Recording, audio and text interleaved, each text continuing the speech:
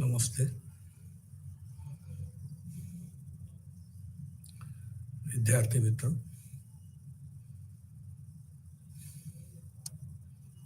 Indira Gandhi open યુનિવર્સિટીમાં આપ સૌનું હાર્દિક સ્વાગત છે. આજે આપણે આધુનિક વિશ્વના ઇતિહાસ અંતર્ગત પ્રથમ વિશ્વયુદ્ધ પછી શાંતિની સ્થાપના કરવા માટે રાષ્ટ્રસંઘની જે રચના કરવામાં આવી એની સફળતા નિષ્ફળતા અંગે આપણે જોઈશું.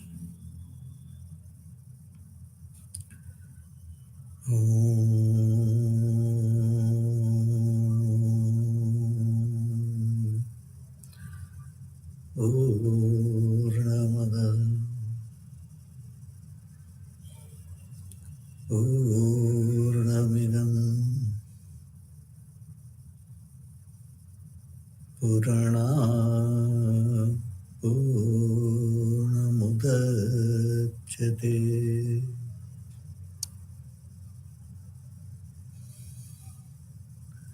પૂર્ણસ્ય પૂર્ણમાદાય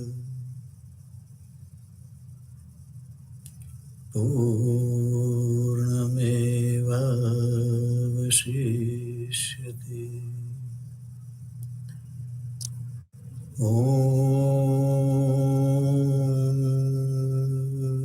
શાંતિ શાંતિ શાંતિ.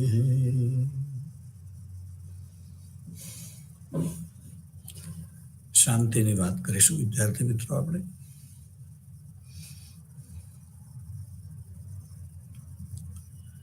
પ્રથમ વિશ્વયુદ્ધ 1914 થી 1918 દરમિયાન લડાયું હતું. પ્રથમ વિશ્વયુદ્ધ હતું. આ પહેલા યુદ્ધો થયા હતા, ઘણા થયા હતા, પણ એ યુદ્ધો આટલા વ્યાપક ન હતા, લાંબા પણ હતા. ઇતિહાસમાં 100 વર્ષના યુદ્ધો, 30 વર્ષીય યુદ્ધો નામ મળે છે, પણ આ યુદ્ધ જે છે એ સળંગ અને સતત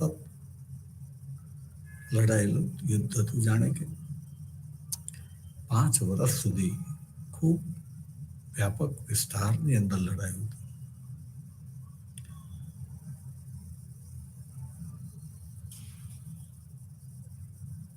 એક બાજુ 4 અને બીજી બાજુ 24, એમ કુલ 28 રાષ્ટ્રોએ પ્રત્યક્ષ ભાગ લીધો હતો. તો બાકીની દુનિયાએ અપ્રત્યક્ષ રીતે આ યુદ્ધની અંદર એકબીજાનો સાથ આપીને ભાગ લીધો હતો, અથવા તો એમને ભાગ લેવાની ફરજ પાડવામાં આવી હતી. દાખલા તરીકે ભારતને પ્રથમ યુદ્ધ સાથે કઈ લેવા દેવા ન હતી, પરંતુ યુદ્ધ જ્યારે થયું ત્યારે ભારત બ્રિટનનું સંસ્થાન હતું. એ વખતે ઇંગ્લેન્ડની અંદર ઉત્પાદન ખાસ કરીને યુદ્ધજન્ય થતું હતું, અને એને પરિણામે હવે જીવન જરૂરિયાતની ચીજ વસ્તુઓ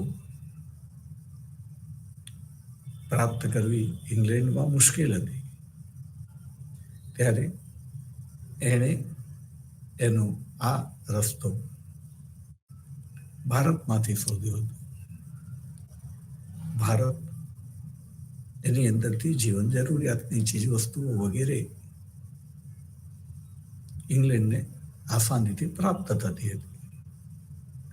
પરિણામે એના ઉદ્યોગો, લશ્કરી સામગ્રી અને સૈનિકોના ગણવેશ, સૈનિકો માટેના તંબુ વગેરે વગેરેનું ઉત્પાદન કરે તે સ્વાભાવિક હતું.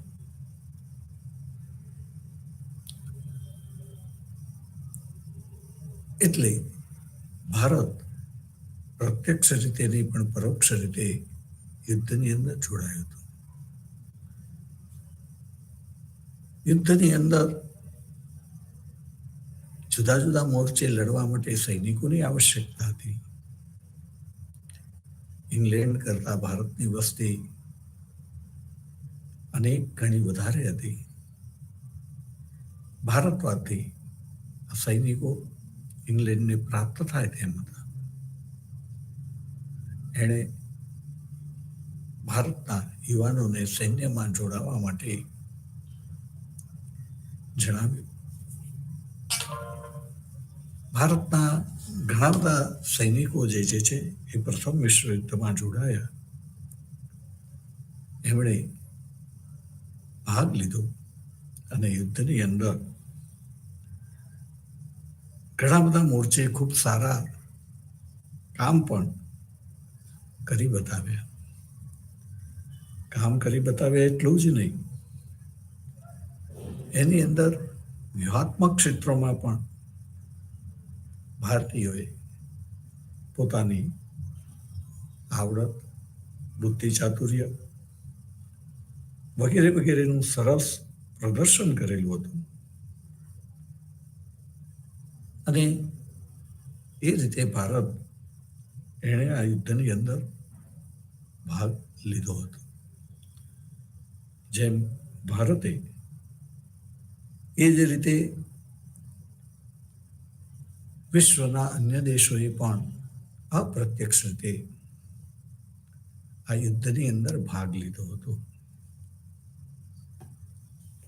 અને એ રીતે આ યુદ્ધ વિશ્વ યુદ્ધ હતું. કારણ કે વિશ્વના પ્રત્યેક દેશો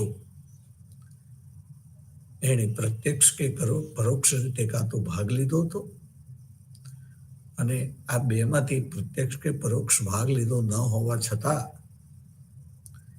એ યુદ્ધની અસરોનો ભોગ બાકીના લોકો, વિશ્વના લોકો પણ બન્યા હતા. એટલે કે યુદ્ધની અસરથી કોઈ બચી શક્યું ન હતું એમ આપણે કહીએ તો ચાલે.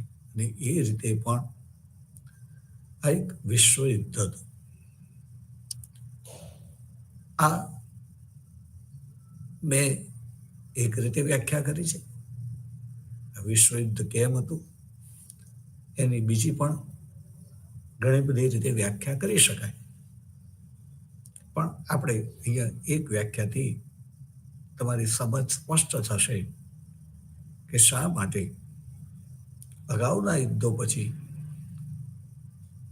વિશ્વ શાંતિની સ્થાપના કરવા માટે, ફરીથી બોલું છું, વિશ્વ શાંતિની સ્થાપના કરવા માટે કોઈ સંસ્થાની આવશ્યકતા ઊભી થઈ ન હતી,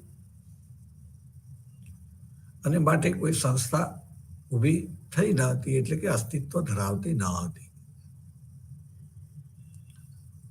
આ યુદ્ધની અંદર જેટલા સૈનિકો મૃત્યુ પામ્યા હતા એટલા અગાઉ ક્યારેય મૃત્યુ પામ્યા ન હતા.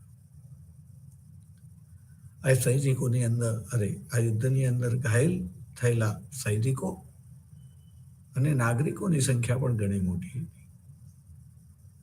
મૃત્યુ પામેલા નાગરિકોની સંખ્યા પણ ઘણી વધારે હતી.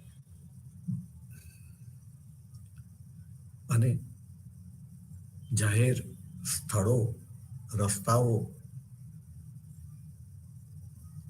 એ બધાને થયેલું નુકસાન, એ બધાને જોતા જે મનુષ્યો યુદ્ધ બાદ જીવતા હતા એ ખૂબ જ ડરી ગયા હતા. આ યુદ્ધ થતા તો થઈ ગયું, પણ એની ભયાનકતા યુદ્ધ ચાલુ હતું એના કરતા પત્યા પછી વધારે ભયાનક દેખાતી હતી. અને પરિણામે વિશ્વના શાણા પુરુષોએ નક્કી કર્યું કે ફરીવાર આવું યુદ્ધ થવું ન જોઈએ. અને માટે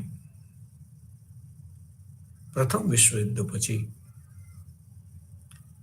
વિશ્વમાં કાયમી શાંતિની સ્થાપના કરવા માટે, યુદ્ધને તિલાંજલિ આપવા માટે પ્રયાસો શરૂ કરવામાં આવ્યા. આ પ્રયાસો આપણે સામૂહિક રીતે થયેલા પ્રયાસોને ના ભાગરૂપે વાત કરીએ છીએ. પરંતુ આ યુદ્ધની અંદર ભાગ લેનારા દેશોમાં એક દેશ એવો પણ હતો કે જેને નાગરિકની સ્વતંત્રતા અને સ્વતંત્રતા અંતર્ગત શાંતિની અંદર ખૂબ રસ હતો. એ દેશ હતો USA, United states of America, કે જેણે પ્રથમ વિશ્વયુદ્ધમાં ભાગ લીધો ન હતો. એ દેશની નીતિ સામ્રાજ્યવાદી નીતિ ન હતી. એને કોઈ પ્રદેશ ભૂખ ન હતી.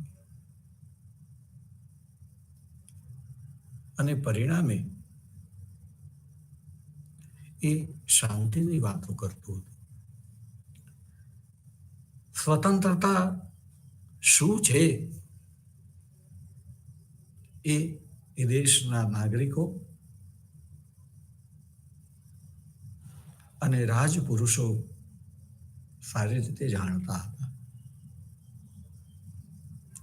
આ દેશની રચના જ સ્વતંત્રતા માટે થઈ હતી, શાંતિ માટે થઈ હતી.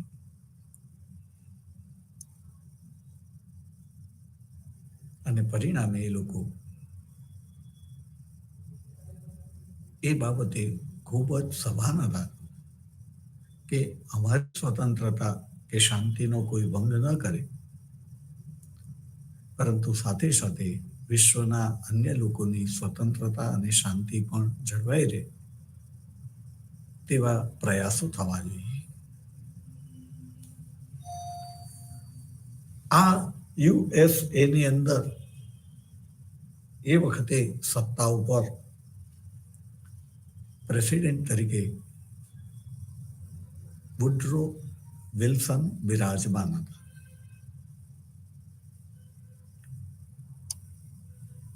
વ્યક્તિગત રીતે ખૂબ ઉદારમતવાદી વિચારધારા ધરાવતા હતા.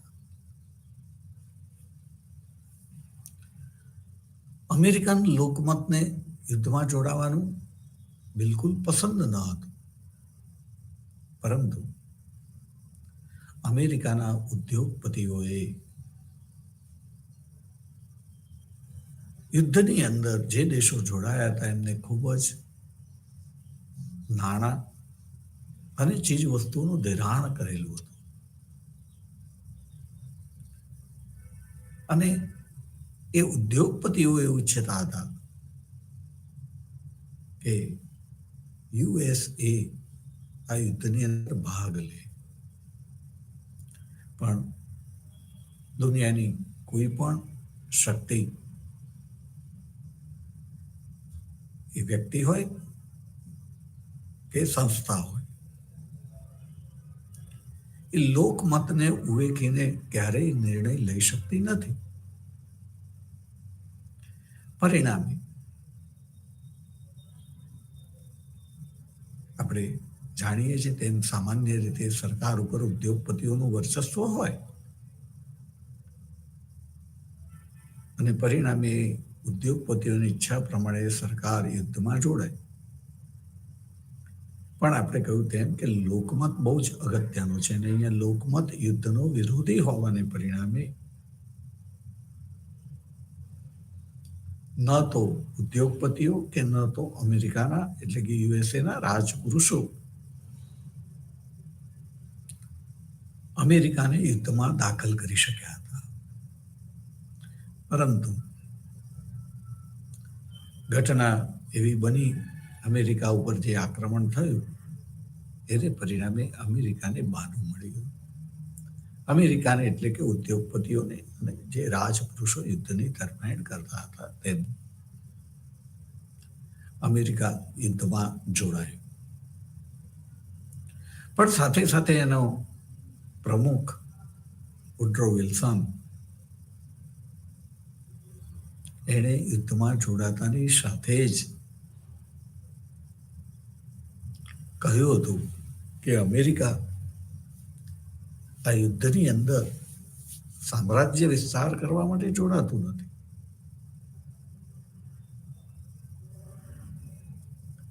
એ વિશ્વની અંદર શાંતિ સ્થાપિત કરવા, સારી રીતે વેપારીઓ વેપાર કરી શકે, ખાસ કરીને અમેરિકાના અને બીજા પણ, અને માટે શાંતિને આવશ્યક ગણતું હતું. માટે વિલ્સને યુદ્ધની અંદર દાખલ થતાની સાથે જ અથવા તો એમ કહે કે પહેલા જ શાંતિ માટેના પોતાના વિચારો સ્વરૂપે 14 મુદ્દા રજૂ કરેલા હતા, જે વુડ્રો વિલ્સનના શાંતિ માટેના 14 મુદ્દા તરીકે ઇતિહાસમાં ખૂબ પ્રખ્યાત છે. હું મુદ્દાની ચર્ચા નહીં કરું, વિગતોની ચર્ચા નહીં કરું, પણ શાંતિ માટેના 14 મુદ્દા એણે દાખલ કર્યા. એ 14 મુદ્દામાં એક મુદ્દો આંતરરાષ્ટ્રીય મધ્યસ્થ સંસ્થા શાંતિ માટેની એનો પણ હતો, અને એના ભાગરૂપે રાષ્ટ્રસંઘની રચના થઈ હતી. આ રાષ્ટ્રસંઘ રચાયો એણે વિશ્વના એ વખતે નબળા પડી ગયેલા અને નાના રાષ્ટ્રોને એક આશાનું કિરણ દેખાડ્યું હતું કે હવે તમારે ડરવાની જરૂર નથી. આ સંસ્થા દ્વારા સામૂહિક સલામતી અને સામૂહિક શાંતિની બાહેધરી આપવામાં આવી હતી.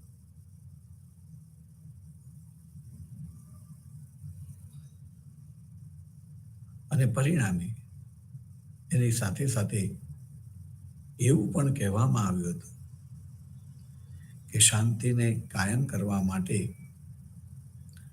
નિશસ્ત્રીકરણનો અમલ કરવામાં આવે. આપણે બહુ સારી રીતે જાણીએ છીએ કે હું મારી જ વાત કરીને વાત કરું તો લડવું અને એ લડીને લડવાની મજા લેવી એ કોઈ પણ માનવીની અંદર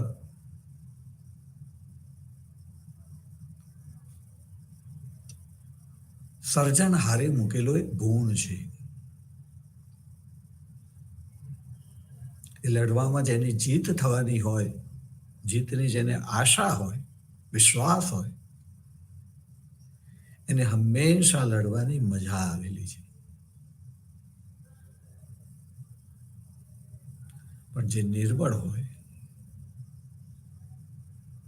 તે શાંતિની વાતો કરે છે, એને લડવાનું પસંદ નથી. પરંતુ એ જ નિર્બળ વ્યક્તિ પાસે કોઈ પણ પ્રકારનું શસ્ત્ર કે શક્તિ આવી જાય તો એ લડવા માટે તૈયાર થઈ જાય છે. એ યુદ્ધના તત્વજ્ઞાનમાં વિશ્વાસ ધરાવે છે.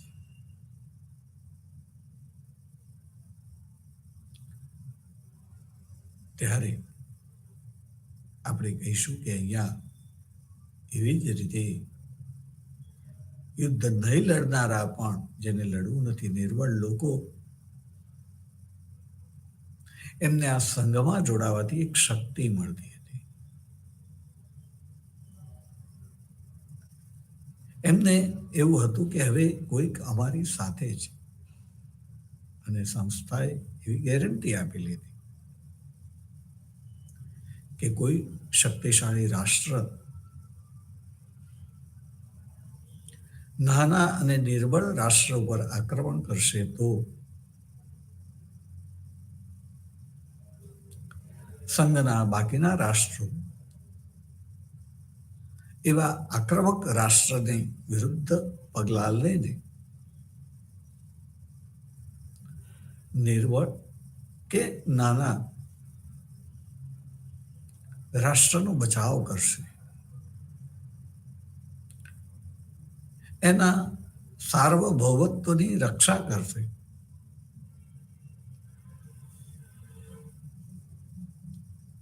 અને એ રીતે વિશ્વએ આ સંસ્થા પાસેથી ખૂબ આશા રાખેલી હતી.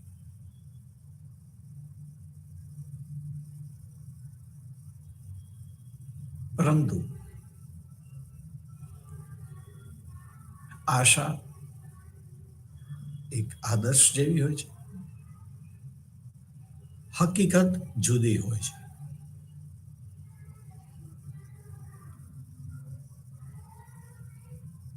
આ સંસ્થાએ નિશસ્ત્રીકરણની વાત કરી હતી. નિશસ્ત્રીકરણ એટલે શું, એની પણ આપણે સ્પષ્ટતા કરી લઈએ.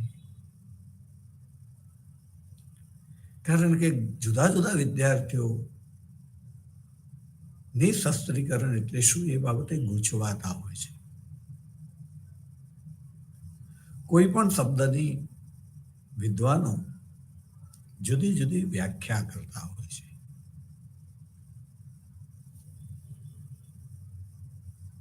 મારી દ્રષ્ટિએ મને જે ગમે છે તે અનેક વ્યાખ્યાઓમાંની એક વ્યાખ્યા હું અહીંયા કરું છું તમારી સમક્ષ. નિશસ્ત્રીકરણ એટલે શસ્ત્ર જ નહીં એવી વાત નથી, યાદ રાખીશું. અહીંયા નિશસ્ત્રીકરણનો અર્થ એવો છે કે પ્રથમ વિશ્વયુદ્ધની અંદર જે મહાઘાતક શસ્ત્રોનો ઉપયોગ કરવામાં આવ્યો અને એને પરિણામે જે મહાવિનાશ થયો ટૂંકા ગાળાની અંદર,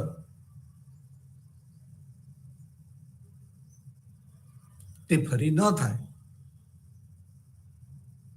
એટલા માટે દુનિયાના દરેક દેશે પોતાની પાસેના આવા ઘાતક શસ્ત્રો જે છે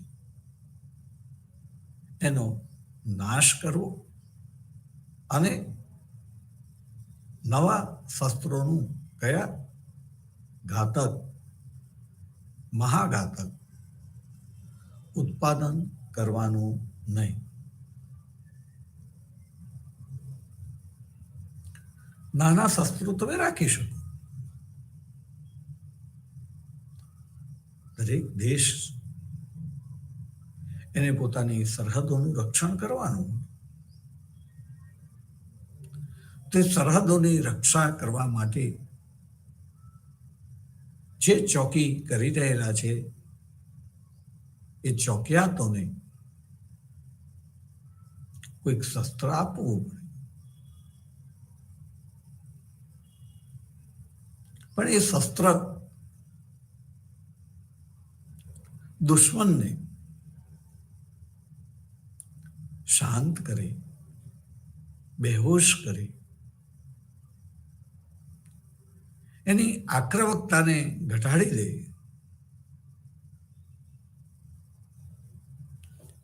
એવા પ્રકારના સાદા શસ્ત્રો જે છે રાખવાના હોય છે. બાહ્ય મદદ સંઘના સભ્યો દ્વારા પ્રાપ્ત ન થાય ત્યાં સુધી પોતાની પ્રાથમિક રક્ષા કરી શકાય એવા મર્યાદિત ઈજા પહોંચાડતા સાધનો, શસ્ત્રો રાખવાની અહીંયા છૂટ છે. સરહદની વાત થઈ. દેશની અંદર વાત કરીએ તો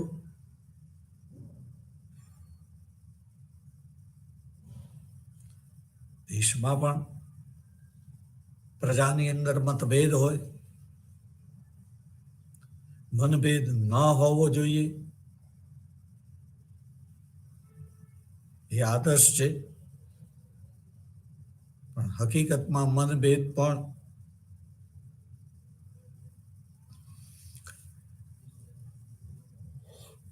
એક જ દેશના જુદા જુદા વર્ગો, ગ્રુપો, વસ્તી વચ્ચે જોવા મળે છે.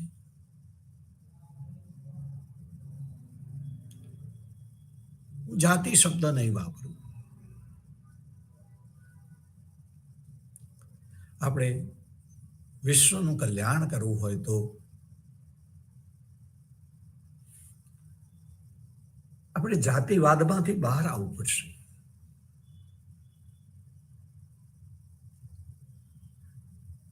આપણે માનવ બનવું પડશે.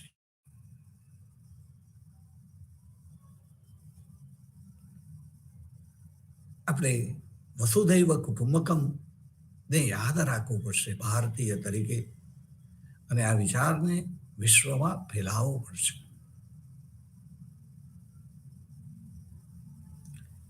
એટલે કહીશ કે સમૂહો વચ્ચે કહીશ કે જુદા જુદા સમૂહના લોકો સાથે રહેવાને કારણે એક લાગણીથી જોડાયેલા હોય છે, અને એક દેશમાં પણ એક સમૂહ બીજા સમૂહ કરતા પોતાના હિતો ટકરાવાને પરિણામે મતભેદમાંથી મનભેદમાં પ્રવેશ કરે છે. ત્યારે એવા લોકો ક્યારેક આક્રમક બને છે.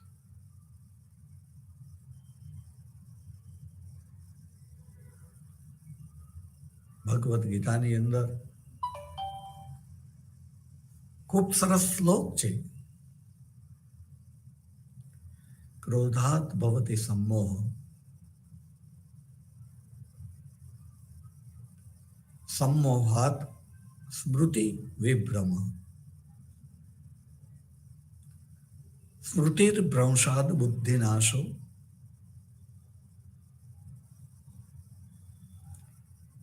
बुद्धिनाशात प्रणश्यति. ક્રોધ ઉત્પન્ન થાય એની સાથે મોહ ઉત્પન્ન થાય.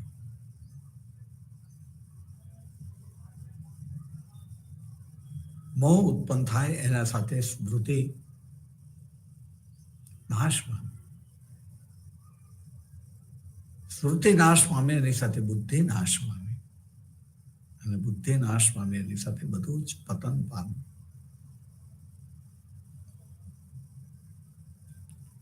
એટલે કોઈ પણ મનુષ્યના જીવનમાં કારણ કોઈ પણ હોય, પણ એને આવેશ ઉત્પન્ન થાય, આવેગ ઉત્પન્ન થાય, એમાંથી ક્રોધ ઉત્પન્ન થાય,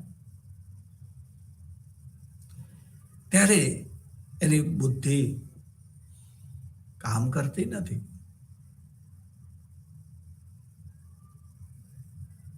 એનું શરીર, એનું મન એના કંટ્રોલમાં નથી હોતું.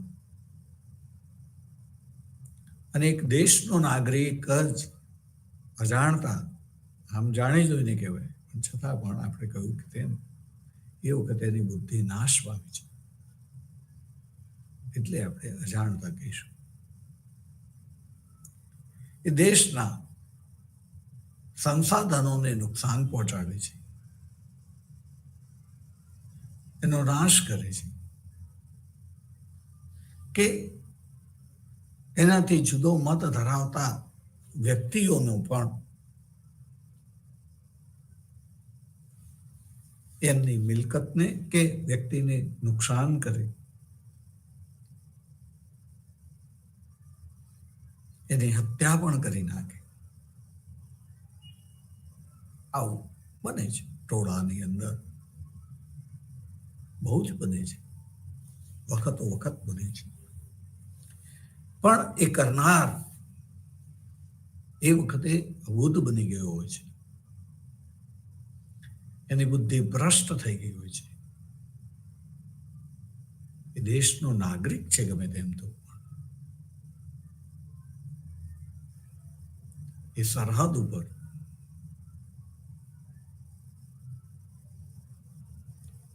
જે આચરણ કરવામાં આવે એવું આચરણ એની સાથે કરવામાં આવતું નથી. એને ટેમ્પરરી ઈજા પહોંચાડીને બેહોશ કરવામાં આવે.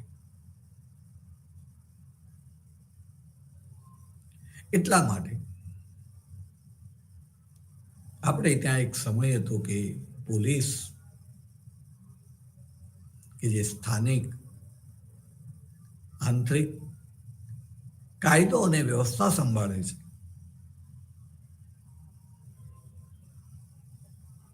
એને બંદૂક આપવામાં આવતી હતી. એ હવે આપવામાં આવતી નથી, કારણ કે એની જરૂર નથી. બંદૂકમાંથી લાકડી આપવામાં આવતી હતી. અને મને બરાબર યાદ છે કે હું નાનો હતો ત્યારે શહેરમાં જુદા જુદા કારણોસર ઘણા તોફાનો થાય.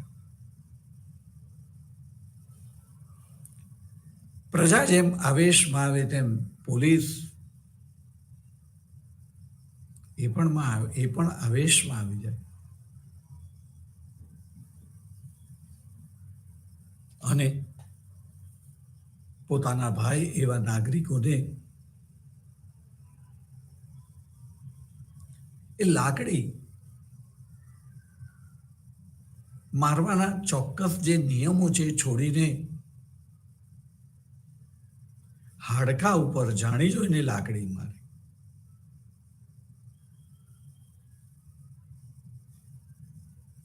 અને એને પરિણામે એને દર શિયાળામાં દર્દ થાય, હાડકા ઉપર જે વાર પડ્યો હોય એનું દુઃખ થાય.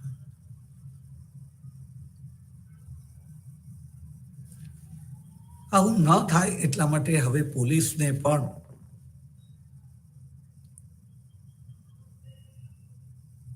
પોલીસ પાસેથી પણ લાકડી છીનવી લેવામાં આવી છે.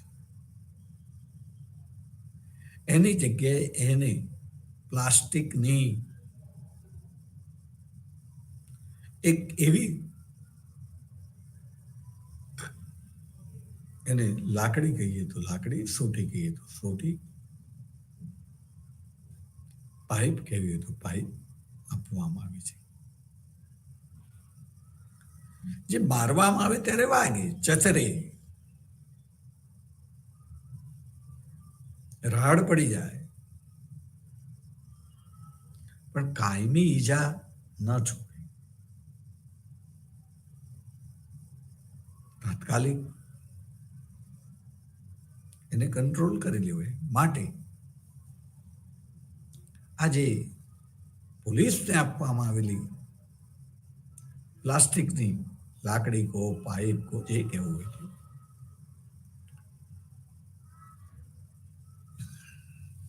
એ નિશસ્ત્રીકરણ નો ઉત્તમ દાખલો છે. શસ્ત્ર છે, પણ કેવું શસ્ત્ર? ઘાતક નહીં, સાદું શસ્ત્ર, કંટ્રોલ કરવા માટેનું શસ્ત્ર, ઈજા પહોંચાડવાનું નહીં.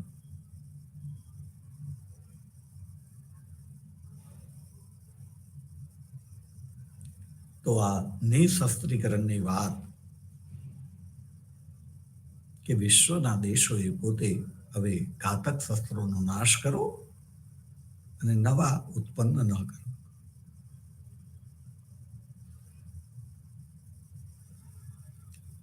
પરંતુ આ શક્ય નહોતું બન્યું. આપણે બરાબર યાદ રાખવાનું છે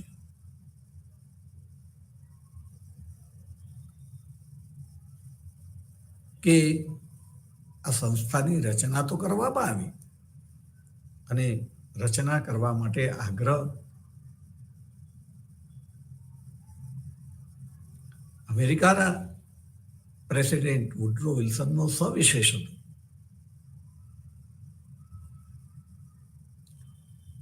અમેરિકા જ્યાં સુધી યુદ્ધમાં જોડાયું ન હતું ત્યાં સુધી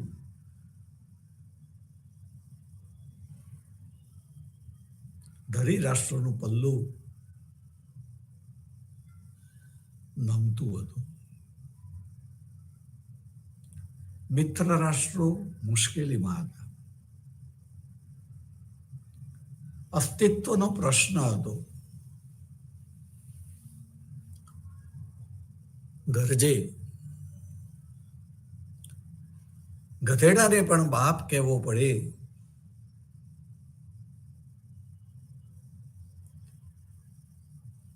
એ પ્રમાણે અત્યારે અમેરિકા જે કહે તે હા કહીને એને યુદ્ધમાં દાખલ કરીને એક નવી, તાજી અને શક્તિશાળી શક્તિને યુદ્ધમાં ઉતારીને દુશ્મનનું પલ્લું ઊંચું કરવાનું હતું, પોતાનું પલ્લું નમાવાનું હતું. અને માટે USA યુદ્ધમાં દાખલ થતાની સાથે જ એના પ્રમુખ દ્વારા રજૂ કરાયેલા શાંતિ માટેના 14 મુદ્દાને મિત્ર રાષ્ટ્રોએ સમર્થન આપ્યું હતું.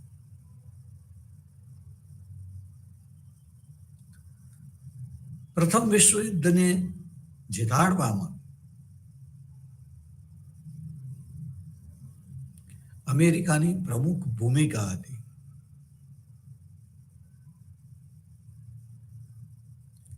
વિદ્યાર્થી મિત્રો, અહીંયા હું વાક્ય બહુ ખોટું બોલ્યો. જીતાડવામાં શાંતિ માટેના જે 14 મુદ્દા હતા એની અંદર ખૂબ ખૂબ ખૂબ અગત્યનો મુદ્દો જેની ચર્ચા ખૂબ થવી જોઈએ પણ કેમ નથી થતી કે જાણી જોઈને કરવામાં નથી આવતી, મને એની ખબર નથી. પણ એટલું જાણું છું કે એની ચર્ચા થતી નથી. કે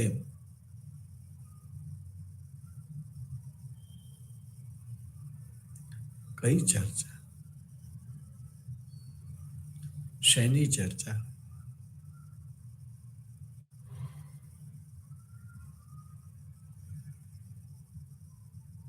તો આપણે યાદ રાખવાનું છે કે એ બધાએ હા તો પાડી હતી, મને હા પાડી હતી.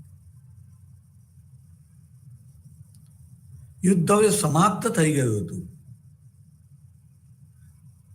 અને ત્યારે આ સંસ્થાની રચના કરવા માટે આપેલ વચન પ્રમાણે સક્રિય થવાની વાત વિલ્સને રજૂ કરી. ત્યારે ગરજ ઘટે વૈદ વહેરી. ગરજ હોય ત્યારે મોત દેખાતું હોય, દર્દ થતું હોય, વૈદ્યરાજને એમ કહેવામાં આવે દર્દી દ્વારા, દર્દીના સગાઓ દ્વારા, જે કરવું પડે તે કરો, જે ખર્ચ થાય તે કરો, અમે સંમત છીએ. અને ઉકેલ પણ તાત્કાલિક જોઈતો હોય, ઝડપથી જોઈતો હોય. વૈદ્યરાજ સેવાને વરેલા ન હોય ને વૈદ્યરાજ કહેવાય જ નહીં.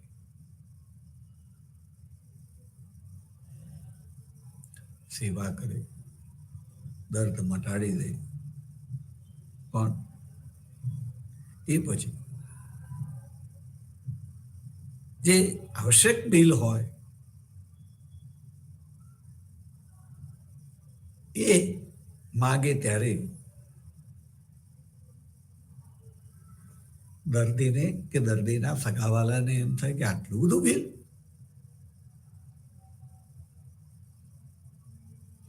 કંઈક ઘટાડો. વૈદ્યરાજે દવા કરતી વખતે કંઈ ઘટાડ્યું નથી હોતું દવા કરવાનું, પણ બિલમાં ઘટાડો. કારણ કે હવે દર્દી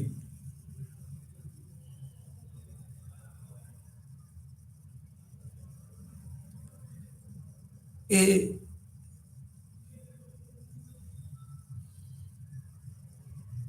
જોખમમાંથી બહાર આવી ગયેલ છે.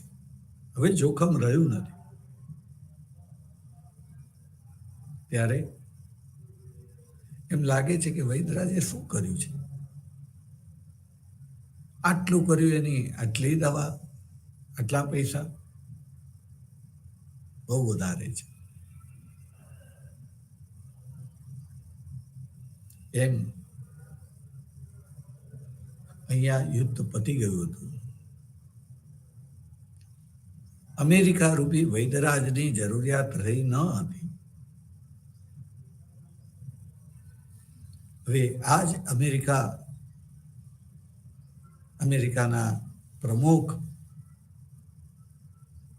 અને પ્રમુખની વાતો દુશ્મન જેવા લાગતા હતા.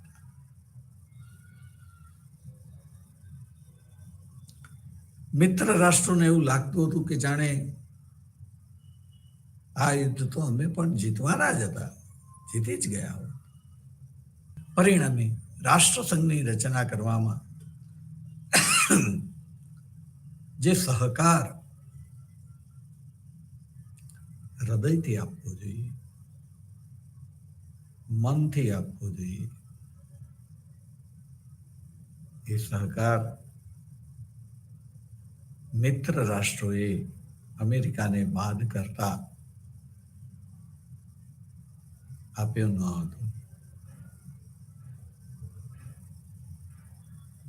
એની કામગીરીને જોઈએ તો એવું સ્પષ્ટ જણાય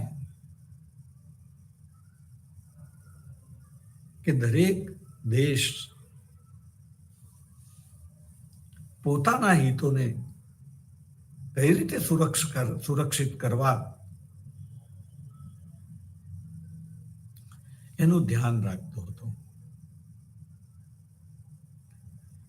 એ સંસ્થામાં સભ્ય પણ એટલા માટે બન્યો હતો કે જેથી પોતાના રાષ્ટ્રના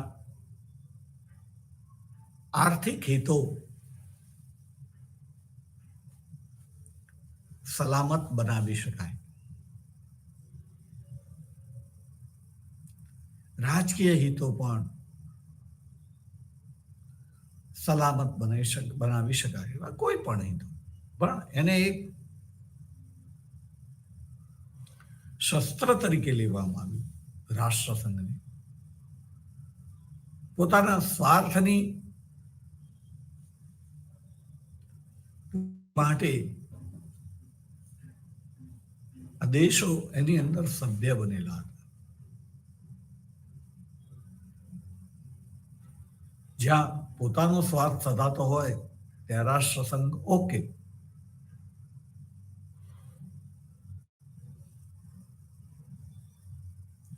અને જ્યાં પોતાનો રાષ્ટ્ર પોતાનું હિત, રાષ્ટ્રીય હિત સધાતું ન હોય ત્યાં રાષ્ટ્રસંઘ બરાબર નહીં.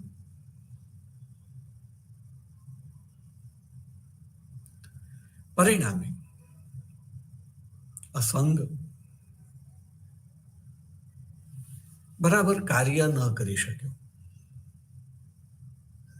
સંઘ જાતે કાર્ય નથી કરતો હોતો, કાર્ય સંઘના સભ્યોએ કરવાનું હોય છે.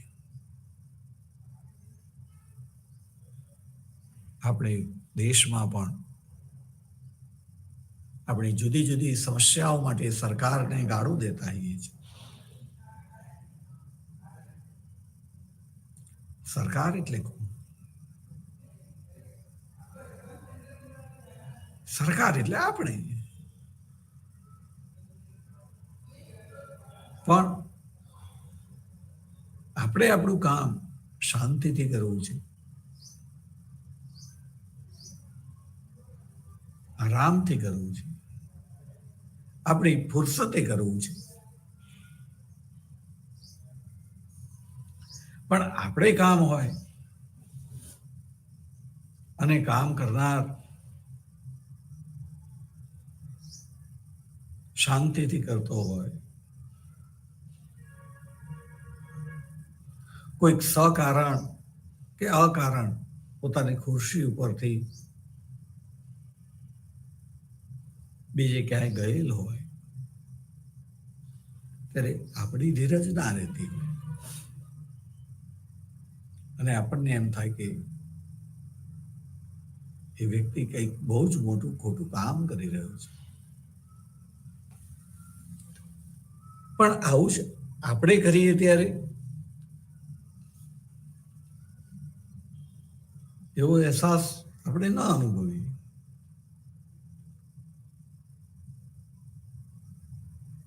તો આ પણ પ્રજાનો, માનવીનો ઉપરવાળાએ મૂકેલો એક ગુણ છે જેને આપણે યાદ રાખવું પડશે. વિદ્યાર્થી મિત્રો, આપણે ઇતિહાસને સમજવાનો છે. આપણે માહિતી નથી મેળવી રહ્યા.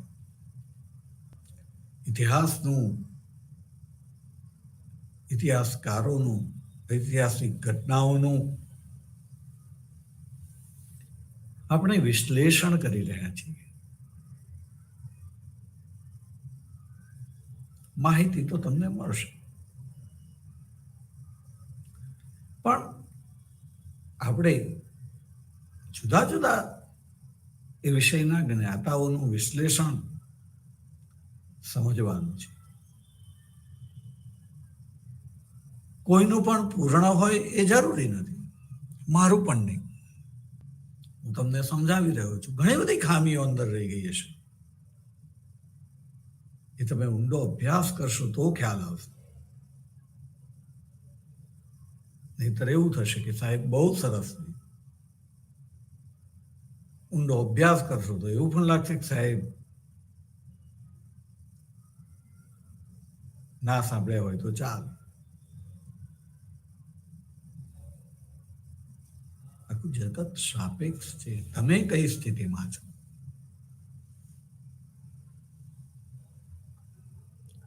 તો અહીંયા આપણે કહીશું કે સ્વાર્થ, man is a selfish animal.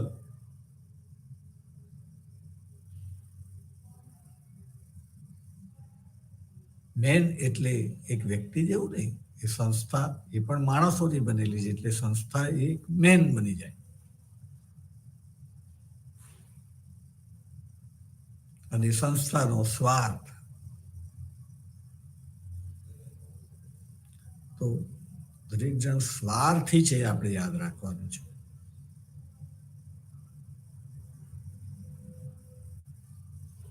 આપણે ઇતિહાસનો અભ્યાસ કરીએ ત્યારે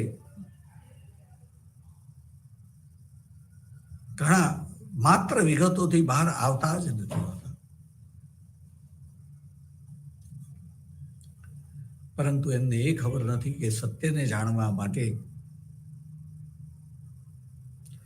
ઇતિહાસના સહાયક શાસ્ત્રોનું જ્ઞાન પણ આવશ્યક છે.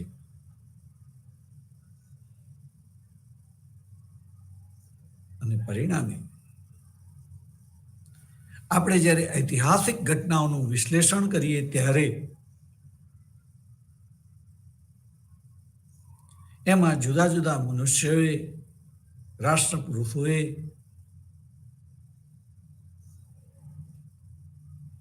જે કંઈ કર્યું એનાથી બીજું એ કરી શકત ખરા?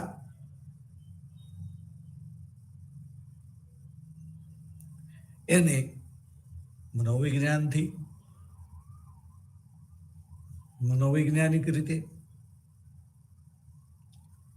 સમાજશાસ્ત્રથી, સમાજશાસ્ત્રીય રીતે, અર્થશાસ્ત્રીની રીતે, ફિલોસોફિકલી જુદા જુદા એંગલથી આપણે જે છે ચકાસીને વાત કરવી પડે.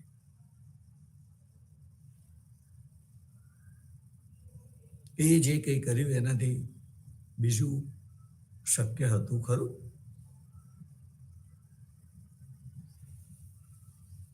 અને જો એ શક્ય ના હોય તો એને ખોટું કર્યું નથી. એની જગ્યાએ આપણે આવીએ તો આપણે પણ જો એવું જ કરવાના આવીએ તો એ ખોટો કેવી રીતે?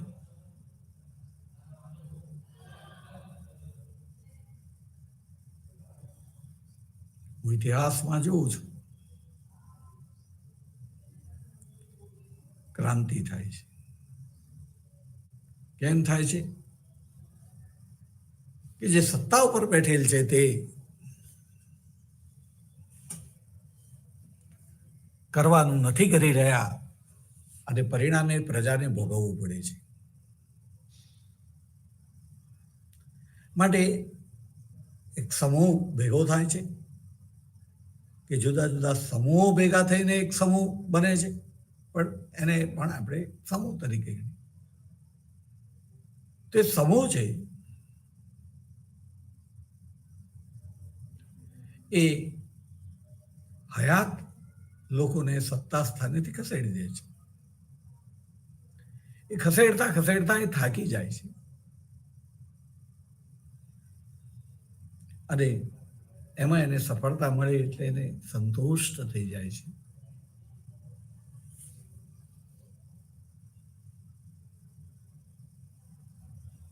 એને એવું લાગે છે કે આપણી તકલીફો સમાપ્ત, હવે આપણને મોક્ષ, તકલીફોમાંથી મોક્ષ મળી ગયો.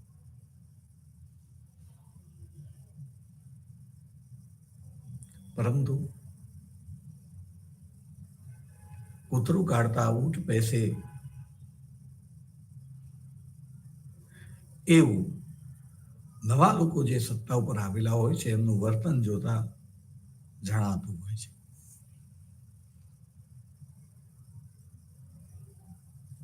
ક્રાંતિ જેમણે કરી હતી, અથવા તો આપણે એમ કહીએ કે જે લોકોએ સત્તા સ્થાનેથી સત્તા પક્ષને ઉથલાવવામાં કામગીરી કરી હતી, હવે જાણે કે થાકી ગયા હતા. એમનું લક્ષ્ય પૂરું થઈ જવાથી એ શક્તિહીન થઈ ગયા હતા. હવે એ નવી સત્તાને ખોટું કરતા રોકતા નથી. એમની દ્રષ્ટિએ કે બીજાની દ્રષ્ટિએ જે ખોટું થઈ રહ્યું છે એને રોકતા નથી. એટલે એક્સને, એટલે કે જે એક્સ એટલે કે પહેલા હતું ex chairman, ex president, ex power, એ એક્સ પાવરને જે છે ખોટું કરવાની છૂટ નહીં. પણ હવે એક્સની જગ્યાએ જે વાય આવ્યો, જે કરવું હોય તે કરે. અને આ રીતે આપણે જોઈએ છીએ કે સત્તામાં પરિવર્તન થાય છે, સ્થિતિમાં પણ પરિવર્તન થાય છે, પણ આંશિક. જેટલું થવું જોઈએ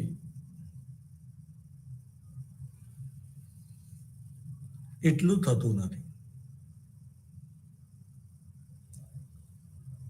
પરિણામે નવ જાગૃતિ કાળથી ચિંતન શરૂ થયું કે શું સમાજના થોડા જ લોકો સુખ ભોગવે છે ને બહુ બધા લોકો દુઃખ ભોગવે છે, કષ્ટ ભોગવે છે, મુશ્કેલીઓમાં જીવે છે. એમને મુશ્કેલીઓમાંથી બહાર ન કાઢી શકાય? વિશ્વ આખાની અંદર આ નવ જાગૃતિ વહેલા મોડા પ્રસરી. ભારતમાં પણ રાજા રામમોહન રોયના સમયથી આપણે કહીએ છીએ કે નવ જાગૃતિની શરૂઆત થઈ.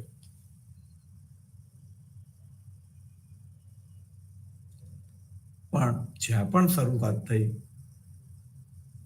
ત્યાં ક્યારેય સમસ્યાઓનો અંત આવ્યો? અમુક પ્રકારની સમસ્યાઓ અમુક વ્યક્તિઓ દ્વારા, અમુક જૂથો દ્વારા થતી સમસ્યાઓ ઘટી તો બીજા સ્વરૂપની પાછી આવી ગઈ, વધી. સમસ્યા તો સમસ્યા, સ્વરૂપ જુદું, અસંતોષ ત્યાંનો ત્યાં, તકલીફો ત્યાંની ત્યાં, અને તકલીફો ભોગવનારની ટકાવારી પણ ત્યાંની ત્યાં. સમય થયો હોવાથી આપણે આપણી વાતને વિરામ આપીશું. ફરી વાર આપણે આગળ વાત કરીશું. આજ વાત કર ભલા હોગા ભલા. ભારત માતા કી જય. ઓમ શાંતિ શાંતિ. જય હિન્દ. નમસ્તે.